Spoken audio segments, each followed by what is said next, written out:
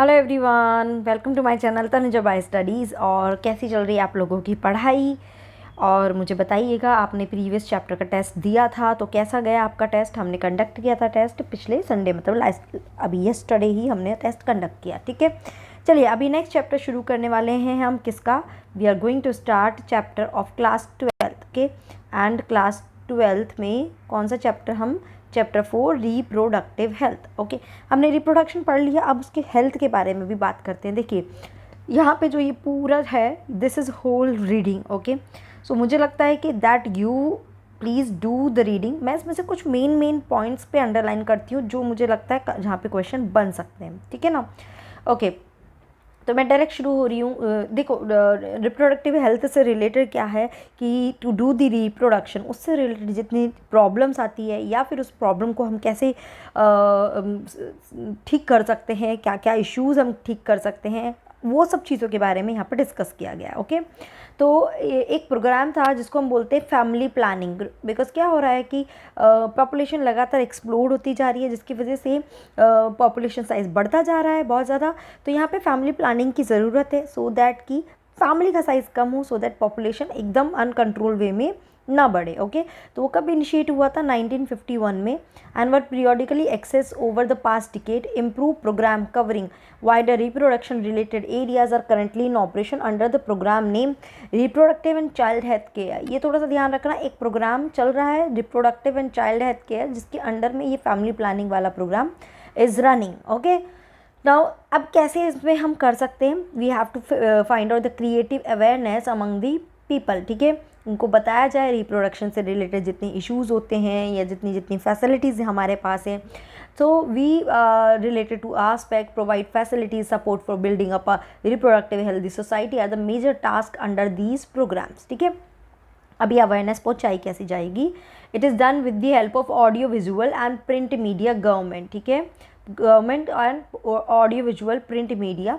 इसके अलावा non government agencies भी इसमें अवेयरनेस पहुंचा सकती है। अब कैसे पहुंचा सकती है देखते हैं।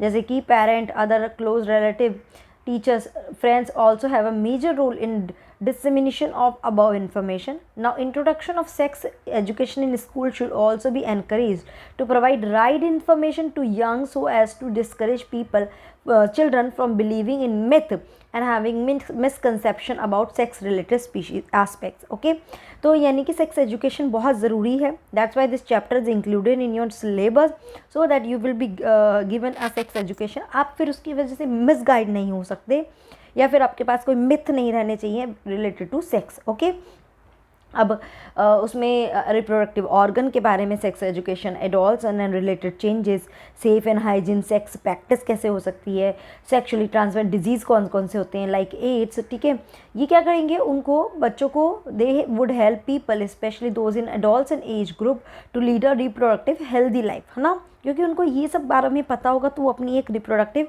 जो लाइफ है वो बहुत हेल्दी जी सकते हैं। ठीक है, ओके, तो यहाँ पे बहुत सारी चीज़ें दी हुई है, प्लीज़ इन सबको आप रीड कर लीजिए, है ना? एमनियोसेंटेसिस को मैं आपको बाद में इंट्रोड्यूस कराऊंगी आगे जाके वर्ड को, तो इसलिए मैं यहाँ पे बात नहीं कर रही हूँ।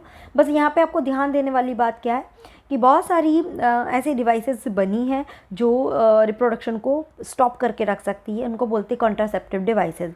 ठीक है, तो उसमें आ जाता है सहेली। नाउ यहाँ पे देखिए क्वेश्चन बनता है, it is a new oral contraceptive for female was develop by scientist at central drug research institute Lucknow. कहाँ डेवलप किया गया था ये याद रखना, CDRI लखनऊ में। ओके, ठीक है, इसमें बहुत अलग अलग और चीज़ें भी प्रोवाइड की जाती है, तो सहेली नाम आपको ध्यान रखना थोड़ा सा ना। पॉपुलेशन एक्सप्लोजन क्यों हो रहा है और फिर बर्थ कंट्रोल की ज़रूरत हमें क्यों पड़ रही है और हम ऐसे कैसे कर सकते बर्थ कंट्रोल। ठीक है, तो देखिए यहाँ पे ध्यान रखना, ये है maternal mortality rate and infant mortality rate. Now first of all you should know what do mean by mortality rate, मतलब क्या? Death rate. ठीक है, अब इतनी बेटर फैसिलिटीज़ हो गई है मेडिकल में कि हम मैटरनल मोर्टेलिटी, क्योंकि पहले क्या आता था जब डिलीवरी होती थी तो बहुत सारी मदर्स उनकी डेथ हो जाती थी during delivery, because we were not having so many facilities. But अब बहुत फैसिलिटीज़ हैं, तो उसकी वजह से ये जो मैटरनल मोर्टेलिटी रेट है यानी मैटरनल यानी मदर की डेथ रेट जो है उसमें रैपिड डिक्लाइन हुआ है। ठीक है, there is a rapid decline in death rate, है ना? As well as infant mortality rate में भी डिक्लाइन हुआ है। बच्चे भी पहले मर जाते थे बहुत जल्दी, अभी नहीं होता है ऐसा क्योंकि हमारे पास बेटर फैसिलिटीज़ है। सो इसकी वजह से क्या हो रहा है, there is a increase in number of people in reproductive age are probable reason for this, और इसकी वजह से पॉपुलेशन एक्सप्लोजन हो रहा है, ये एक रीज़न हो सकता है। ठीक है, तो याद रखना, यानी कि MMR एंड IMR ये क्या है, डिक्रीज़ होगी तो पॉपुलेशन इंक्रीज़ हो रही है। ठीक है, पॉपुलेशन इंक्रीज़ हो रही है, राइट। ओके, ना अब मान के चलो कि एक चीज़ को डिक्रीज़ कर दे, मान लो MMR को डिक्रीज़ कर दी और IMR को इंक्रीज़ कर दे, तो क्या होगा, ओवरऑल कोई चेंज नहीं होगा, क्योंकि एक डेथ रेट कम हो रही है तो एक डेथ रेट बढ़ रही है, तो there will be no change in population. ठीक है, ओके, क्लियर है, राइट। तो ये आप थोड़ा सा रीड करके रखना, ये सब बहुत कॉमन है, इन सब को आप थोड़ा रीड करके रखना। अब बात आ जाते हैं यहाँ पर आगे कुछ कॉन्ट्रासेप्टिव्स की। ओके, कॉन्ट्रासेप्टिव डिवाइस यूज़ करने की, कॉन्ट्रासेप्टिव्स, ओके, डिवाइसेस, राइट, इनको हमें यूज़ करना है सो दैट कि हम इस प्रेगनेंसी को, अनवांटेड प्रेगनेंसी को स्टॉप कर सकें। तो पहले उसकी क्या क्या क्वालिटीज़ होनी चाहिए या फिर उसकी क्या क्या कैरेक्टरिस्टिक्स होनी चाहिए कॉन्ट्रासेप्टिव डिवाइस की। ठीक है, तो एक मिनट, ओके, तो चलिए पहला कॉन्ट्रासेप्टिव डिवाइस की क्या एक मिनट ज़्यादा डार्क हो गया, यस। तो पहला, it should be user friendly. ठीक है, कैसा होना चाहिए, should be user friendly, very cheap, मतलब क्या बोल सकते हैं, ईजिली अवेलेबल। ठीक है, there should be no side effect. ठीक है, कोई साइड इफ़ेक्ट नहीं होना चाहिए, नहीं तो लोग इसे यूज़ नहीं करेंगे। And no interfere with sexual desire. Okay, लोगों को लगता है if will use these kind of devices, ये क्या करेगी, हमारे सेक्सुअल डिज़ायर को ख़त्म कर देगी, तो ऐसा भी नहीं होना चाहिए। Then only people will utilise these contraceptive devices. Okay, अब इसमें बहुत सारी कॉन्ट्रासेप्टिव डिवाइसेस हैं। पहला मेथड है that is the natural method. Okay, दूसरा है barrier, third is IUDs, fourth oral, 5 implants and 6 surgical. ठीक है बेटा, ओके, तो पहला ले लेते हैं, नेचुरल मेथड की बात करते हैं कि इस नेचुरल मेथड में क्या क्या होता है। देखिए, नेचुरल मेथड है, नॉर्मली वो इस प्रिंसिपल पे काम करेगा कि it avoiding the chances of ovum and sperm meeting. Somehow बस ये हो कि ओवम और स्पर्म की मीटिंग नहीं हो, क्योंकि मीटिंग होगी तो फर्टिलाइजेशन हो जाएगा एंड प्रेगनेंसी हो जाएगी। ठीक है, तो पहला इसमें क्या करा जा सकता है, first is what, periodic abstinence. मतलब क्या, इस बीच में इसमें क्या होता है, कपल जो है दे अवॉइड और एब्सटेन फ्रॉम द कोइटस। ठीक है, दे avoid the coitus from the day 10 to 17 of menstrual cycle when ovulation could be expected. अगर आपने मेंस्ट्रुअल साइकिल पढ़ा है तो वी नोज की 14th जो डे होता है उस पर क्या होता है, there is a high chance of ovulation, यानी ओवर रिलीज होता है इस डे पे। ओके, तो 10 to 17 डेज़ का जो पीरियड है सबका थोड़ा थोड़ा डिफरेंट होता है। उस डेज पे क्या है, ओवुलेशन का चांस है, तो उस डे पे अगर कोइटस को मतलब अवॉइड किया जाएगा और बाकी डेज पे अगर करेंगे, there is a less chance of fertilisation, because उस टाइम पे क्या होगा, बाकी टाइम पे ओवर रिलीज ही नहीं हुआ है तो कोई फर्टिलाइजेशन ही नहीं होगा। This is called periodic abstinence. तो पर्टिकुलर इस डेज में कोइटस करना अवॉइड किया जाता है। Okay, so as chances of fertilisation are very high during this period, it is called the fertile. इस पीरियड को हम क्या बोलते हैं, fertile period. thereby abstaining from coitus during this period conception would be prevented. दूसरा आ जाता है that is withdrawal or coitus interruptus. ठीक है, another matter in which the male partner withdraws his penis from the vagina just before ejaculation so as to avoid insemination. ठीक है ना, उससे पहले ही क्या है, अगर हम पेनिस को रिमूव कर दे वेजाइना में से तो क्या होगा, इंसेमिनेशन को अवॉइड किया जा सकेगा और स्पर्म इंट्रोड्यूस नहीं होंगे फीमेल बॉडी में। थर्ड आ जाता है दैट इज लैक्टेशन अमीनोरिया, यानी कि एब्सेंस ऑफ मेंस्ट्रुएशन। ये क्या होता है, that it is based on the fact that ovulation and therefore the cycle do not occur during the period of intense lactation following pasteurisation, जब mother newly mother जो होती है उसमें पास्चुरेशन होने के जस्ट बाद ही लैक्टेशन बहुत होता है, यानी milk production. And during milk production there is a ovulation does not take place, मतलब मेंस्ट्रुअल साइकिल भी नहीं होती है। Therefore, as long as the mother breastfeed the child fully, chances of conception are almost nil। ठीक है, तो उस time पे अगर कंसेप्शन होगा तो there would be no less chance of fertilisation और pregnancy. However, this method has been reported to be effective only up to maximum period of 6 months। ये याद रखना 6 मंथ्स के पीरियड तक ही वो इफेक्टिव है following pasteurization। okay, as no medicine or device are used in these method, side effects are almost nil, कोई side effect नहीं है। तो ये 3 वे हैं नेचुरल मेथड में। सबसे पहला क्या है, that is the periodic abstinent, then withdrawal और coitus interruption, and third is lactation amenorrhoea. ठीक है, क्लियर है? ओके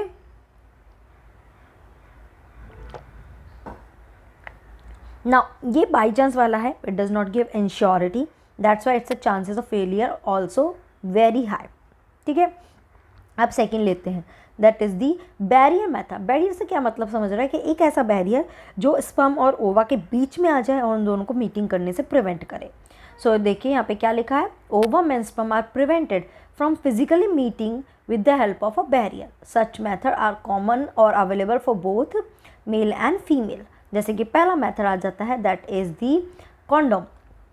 ठीक है, condom they are the barrier method of thin rubber और लेटेक्स शीट के बने होते हैं, which is used to cover the penis in male and vagina and cervix in female। ठीक है, तो वेजाइना या सर्विक्स में वो इसको कवर करता है, जिसकी वजह से वो सर्विक्स में एंट्री को अलाउ नहीं करता। ठीक है, मतलब सर्विक्स में स्पर्म की एंट्री अलाउ नहीं करता। This is the diagram of male condom, this is the female condom which is inserted inside the vagina just before coitus so that the ejaculated semen would not enter into the female reproductive tract। This can prevent conception। Nirodh is a popular brand of condom for male. ठीक है, ये question बन सकता है, Nirodh is a popular brand. Use of condom has increase in recent year due to its additional benefit of protecting the user from contracting STDs and AIDS. ठीक है ना, इसके थ्रू जैसे जो सेक्स वर्कर्स होती हैं अगर वो यूज़ करते हैं तो वो they can be protected from the sexually transmitted diseases. Okay, both male and female condom are disposable, can be self inserted and therefore give privacy to the user. ठीक है, कोई मतलब इसमें किसी की हेल्प की ज़रूरत नहीं होती, it can be utilise by they own. Okay, besides of condom, diaphragm, cervical cap, walls, they are also act as a barrier made of rubber that are inserted into the female reproductive tract to cover the cervix during coitus। ये female के लिए diaphragm, cervical caps and vaults. नाम याद रखना, question आते हैं। They prevent conception by blocking the entry of sperm through the cervix. They are reusable. Spermicidal jellies, sorry cream, jellies and foams ये भी यूज़ कर सकते हैं।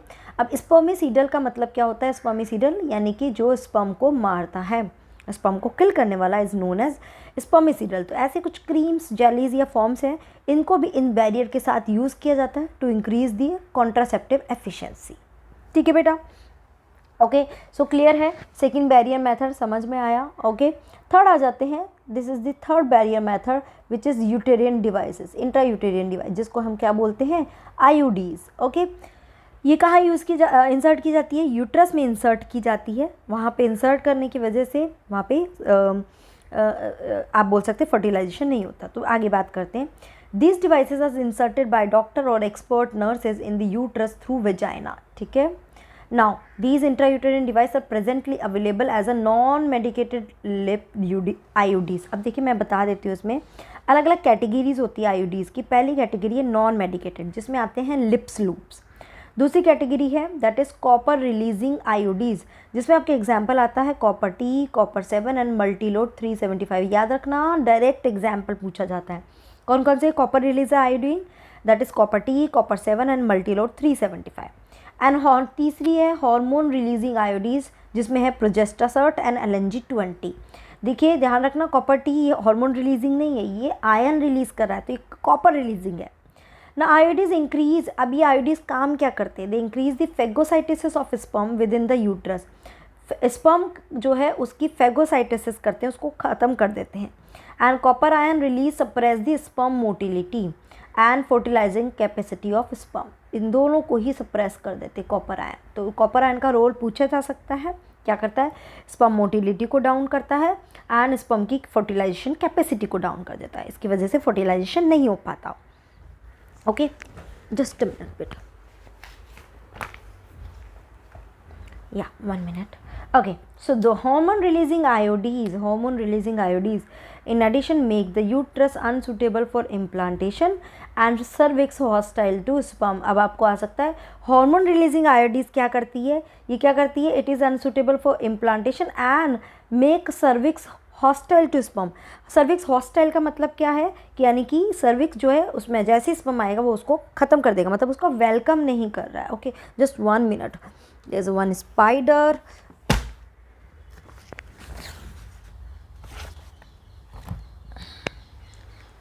या सो सॉरी, चलिए स्टार्ट करें वापस। Yes, so these IODs are ideal contraceptive for female. तो क्या है, this is the example of IOD. You can see ये कॉपर टी शेप में, इसलिए it is known as copper T, जिसमें ये 2 वायर भी निकले हुए हैं एंड दीज आर, इस पर कॉपर की वायरिंग पूरी इस तरह से रहती है।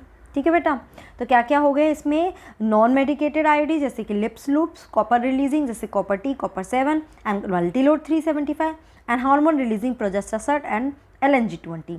अलग अलग इनके जो रोल है ना, आप मान के चलिए इस पर क्वेश्चन बनते हैं, कॉपर क्या करता है, हार्मोन रिलीजिंग आयोडीज कैसे काम करती है, तो इसको सबको ध्यान रखना। Okay, so it is best usable for who want to delay pregnancy और स्पेस चिल्ड्रन। ठीक है, now it is one of the most widely accepted method of contraception in India. आगे बात करते हैं 4 नंबर में, दैट इज ओरल कॉन्ट्रासेप्टिव। तो oral administration of small dose of progesterone. ठीक है, या तो प्रोजेस्ट्रोजन या फिर प्रोजेस्ट्रोजन एस्ट्रोजन, इसके कॉम्बिनेशन को अगर लिया जाता है तो यहाँ पे उसको पिल्स के फॉर्म में ले रहे हैं, दैट इज ओरल कॉन्ट्रासेप्टिव। याद रखना, progestogen is similar to progestogen, है ना, प्रोजेस्टेरॉन। ठीक है, प्रोजेस्टेरॉन एंड प्रोजेस्ट्रोजन ये दोनों सेम है, ये नेचुरली है, प्रोजेस्ट्रोजन उसी की ही लैब में प्रोड्यूस किया जाता था, उसको नाम दे दिया प्रोजेस्ट्रोजन। तो या तो प्रोजेस्ट्रोजन या प्रोजेस्ट्रोजन एस्ट्रोजन का combination. Another method of contraceptive method use by female, they are use in the form of tablet and hence are popularly called the pills, इसलिए उनको पॉपुलरली हम क्या बोलते हैं, पिल्स बोलते हैं। ठीक है, now pills have to be taken daily for a period of 21 days starting preferably within the first 5 days of menstrual cycle. Okay, now after a gap of 7 days during which menstruation occur, it has to be repeated in the same pattern till the female desire to prevent the contraception. तो जैसे ही menstrual period खत्म होता है, it is taken for next 21 days, again it is dropped, 7 days जो होंगे उसमें menstruation होगा and then again it is repeated. So ये जब तक लेना है जब तक you want a contraception to prevent the conception. तो this is taken continuously, right. They अब ये काम कैसे करती है, तो ये क्या करती है, they inhibit the ovulation and implantation as well as alter the quality of cervical mucus. जो देखिए आपको ध्यान होगा,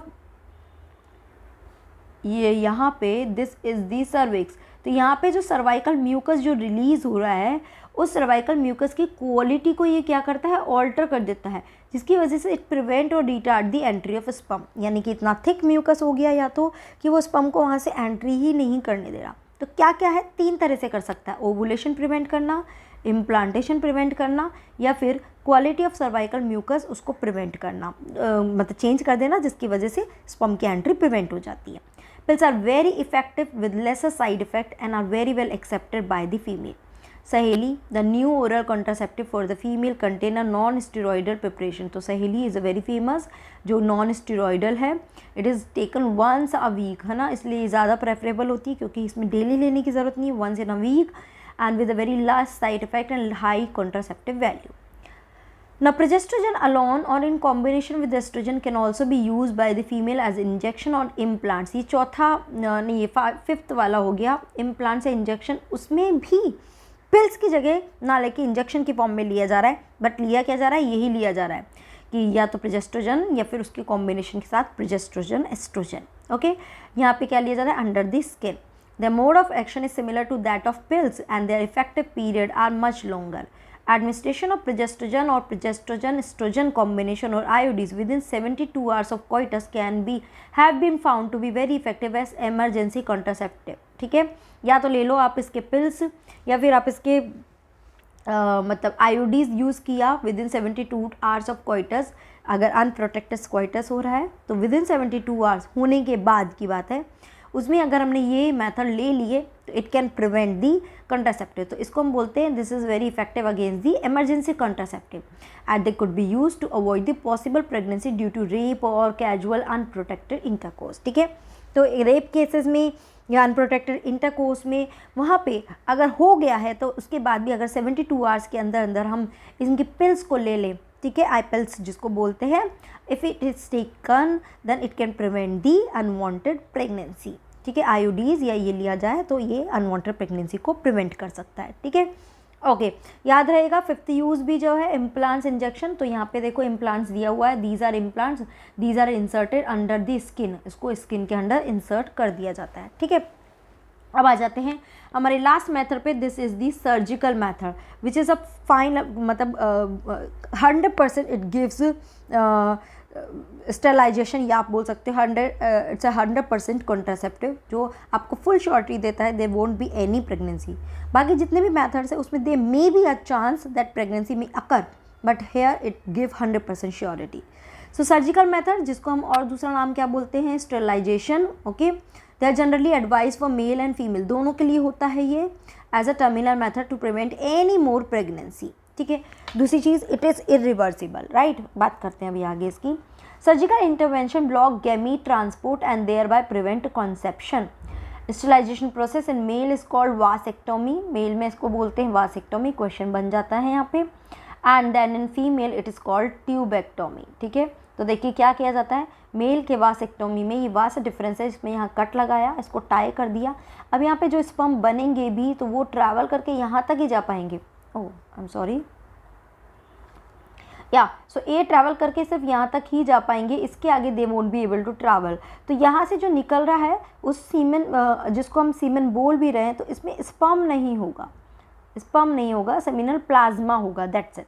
अब यहाँ पे भी क्या किया जा रहा है, इस फेलोपियन ट्यूब ओविडक्ट को कट किया जा रहा है और यहाँ पे कट लगाया जा रहा था, इसको हम बोलते हैं फेलोपियन ट्यूब, उससे नाम लगाया ट्यूबेक्टोमी। तो यहाँ पे भी क्या है, जो एग यहाँ रिलीज़ हो रहा है, ये एग आगे जाके यहाँ पे ट्रैवल नहीं कर पा रहा है, और अगर यहाँ पे स्पर्म आ जा भी रहे हैं तो ये स्पर्म भी ट्रैवल करके इसके ओविडक्ट तक नहीं पहुँच पा रहे हैं, सो दैट फर्टिलाइजेशन हो पाए। ठीक है, so in vasectomy a small part of vas deferens is removed or tied up through a small incision in the scrotum, whereas in tubectomy a small part of fallopian tube is removed or tied up through a small incision in the abdomen or through vagina, है ना। वहाँ पे तो scrotum में cut लगाते हैं, या scrotum में, यहाँ पे स्क्रोटम में कट लगाते हैं और इसी के through they reach till here and cut. Okay, यहाँ पे कैसे पहुँचेंगे इधर तक, या तो यहाँ एब्डोमन में कट लगाते हैं और देन दे रीच, और through vagina they reach till here and then make cut. Okay, so these technique are highly effective but their reversibility is very poor, ये रिवर्सिबल नहीं है। ठीक है, तो एक बार अगर इसको प्रिवेंट किया तो ये वापस रिवर्स नहीं की जा सकती।